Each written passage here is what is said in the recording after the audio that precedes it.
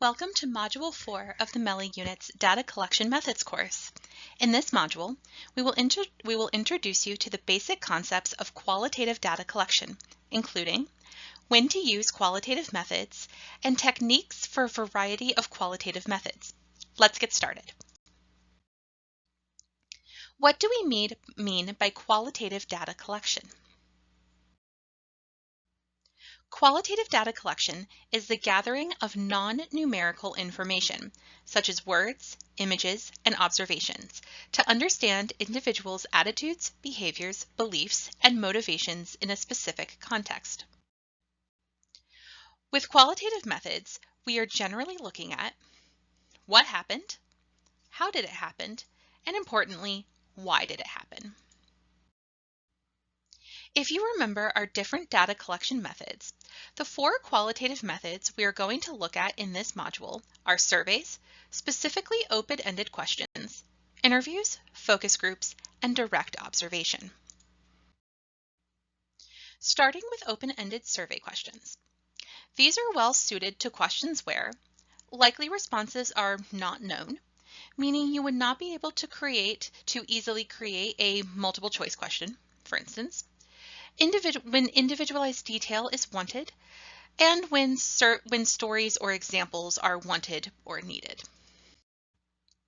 For example, you might ask in a survey that your respondents provide any suggestions or comments about issues affecting staff in the area of work-life balance, and it might be an open-ended question. A similar version could be having a similar version of this question, but providing an other option to the survey question, which allows your respondents to provide free text. This response would also be considered an open-ended question. The positive aspect of open-ended questions is that they can be easily added to any survey. The collection can be automated using a survey platform, and they're great for generating stories or anecdotes or quotes. However, the downside is that they are labor-intensive to analyze. The open-ended nature can bring noise, and some respondents don't want to enter text into a survey, which can impact your response rate. Let's take a look at interviews and focus groups. As a reminder, an interview is a structured conversation, usually conducted one-on-one by an interviewer who asks an interviewee about their knowledge, experiences, feelings, perceptions, and preferences on a certain topic. In addition to what is said, data may include information about body language, group dynamics, and tone. And focus group discussion involves a skilled moderator who stimulates discussion among a group of individuals to elicit experiences, feelings, perceptions, and preferences about a topic. The moderator uses a list of topics to be discussed, ensuring all voices are represented, and keeps the discussion on track. Like interviews, in addition to what is said, focus group data may include information about body language, group dynamics, and tone, in addition to what is said. Both interviews and focus groups utilize similar questioning techniques, which include probing, so asking for follow-up questions when we do not fully understand a response, when answers are vague or ambiguous, or when we want to obtain more specific or in-depth information. Redirecting, so directing the conversation to a new or different topic.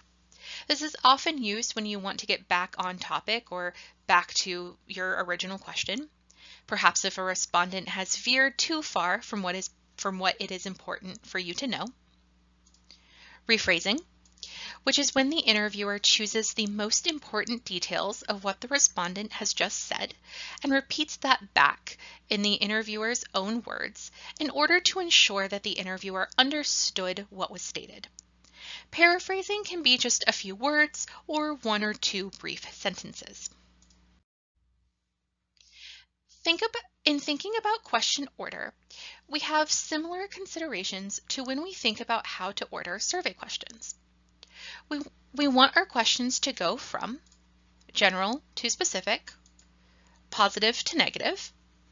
Here we ask ourselves, which questions address potentially negative or sensitive issues?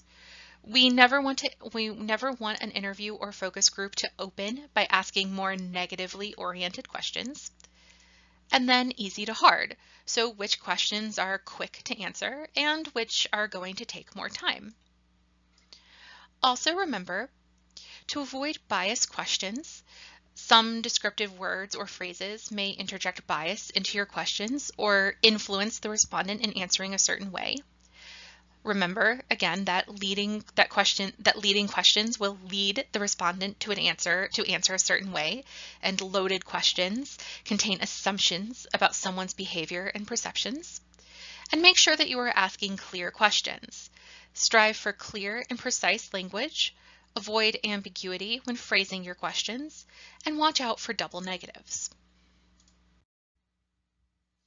Remember that as the interviewer or moderator, you have the obligation to actively observe, listen, and respond. Pay close attention to everything respondents say, introduce new probes based on what you hear, and introduce entirely new questions based on what you hear.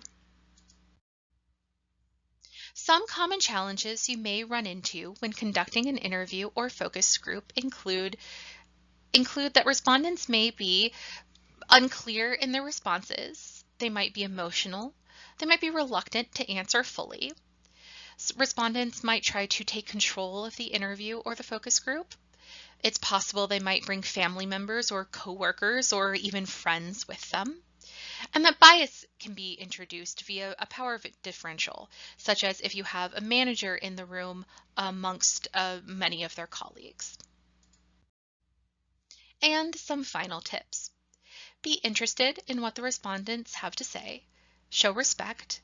Be the interviewer or the moderator and not the respondent. Watch for how often you paraphrase what your respondents are saying. Don't try to interrupt to help the respondent find the right words. Make sure you are patient. Be ready to hear unpleasant views and come prepared. And our last qualitative method. Direct observation entails an observer who records data based on what they see, hear, or touch, often based on a guided protocol and usually conducted during a site visit. It is an activity where you are studying events, situations, settings, and practices as they occur, and you understand social interactions better than when stakeholders are just reporting to you.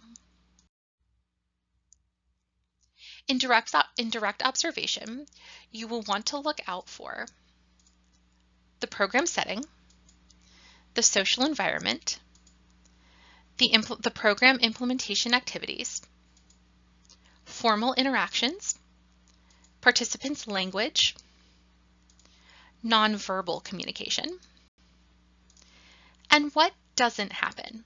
For instance, if you're expecting collaboration or networking to be taking place and that isn't happening, this is something you would want to take note of. And that's it for our module on qualitative data collection. When you're ready, you can head back to the training overview and take the course assessment.